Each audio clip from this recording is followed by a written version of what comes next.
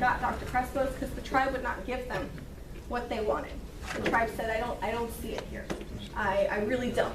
And which means that the court hands are tied. You cannot remove an Indian child from their family unless you have this evidence supported by an expert's testimony. So they went out and got Dr. Crespo to say exactly what they wanted, but then a lot of the cross-examination at that point was discreditation, you know, of what he's saying. What is his experience? And I mean, he may have years of experience in child welfare proceedings himself, and he may be able to speak to the serious emotional or physical damage to a child based on his years of experience and his 730 evaluations that he conducts.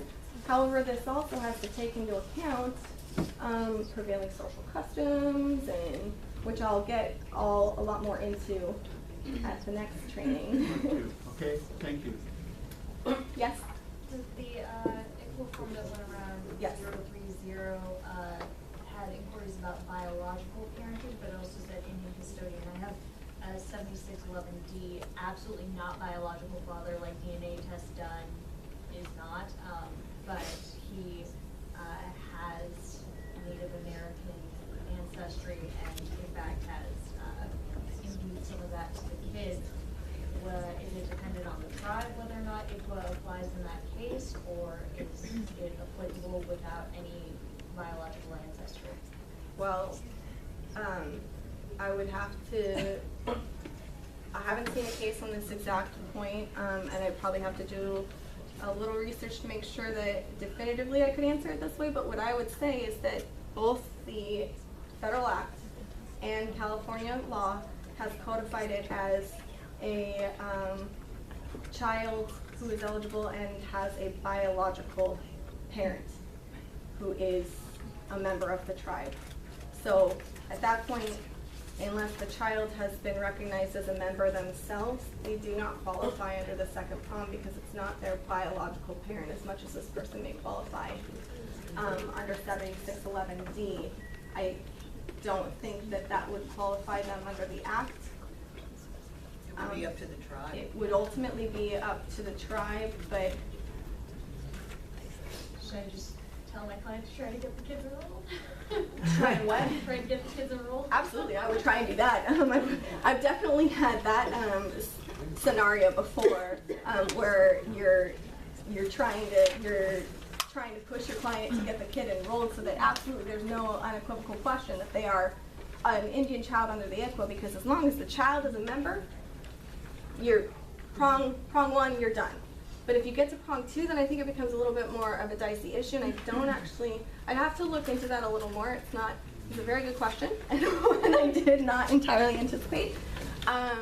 But from my understanding of the act and my plain reading of the statute, I don't know that would be enough.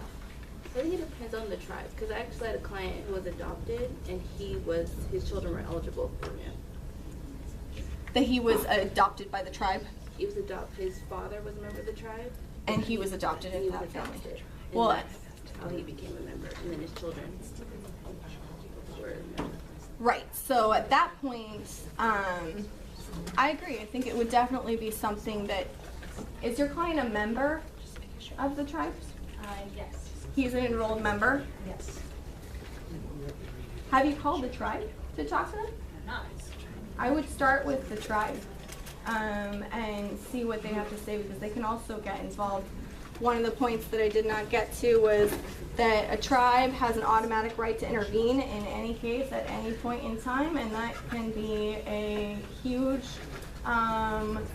advantage to you and your clients in many cases, especially when they're on your side.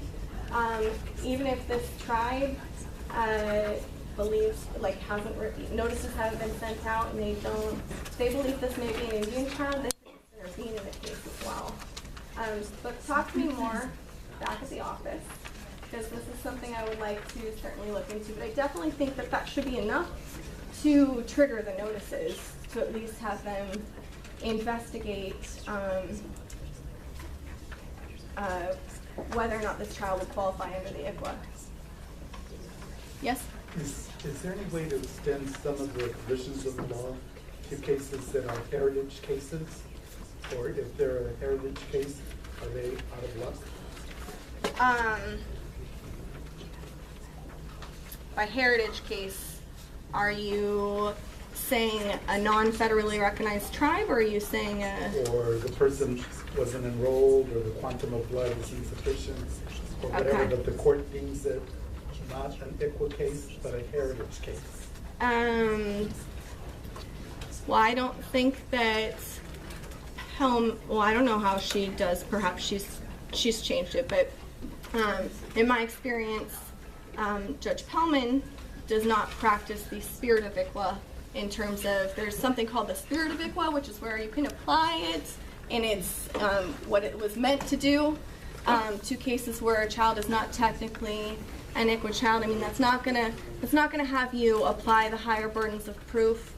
But I did mention earlier that WIC 306.6 does allow the court to permit non-federally recognized tribes to participate. Basically, that section says that where a child would otherwise be considered an Indian child under the Act, but for the fact that their tribe doesn't qualify, the court can allow the tribe to participate, allow them to receive documents as a party to the case, etc. But other than that, if it's just that they don't qualify under the ICWA because it's a federally recognized tribe and the child is not eligible under that tribe's definition, that's called the spirit of ICWA, and most courts, even our ICWA court, are not fans of applying that. And there's no requirement for them to do so. You could urge the court to and see if they'll run with it. Creative lawyering. I think we're out of time, so I will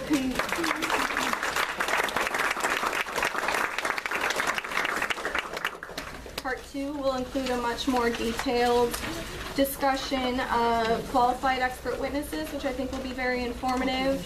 Active efforts, which applies from the outset of a case at detention. Placement preferences, and good cause, which we just had a published case on Friday that changes that whole analysis.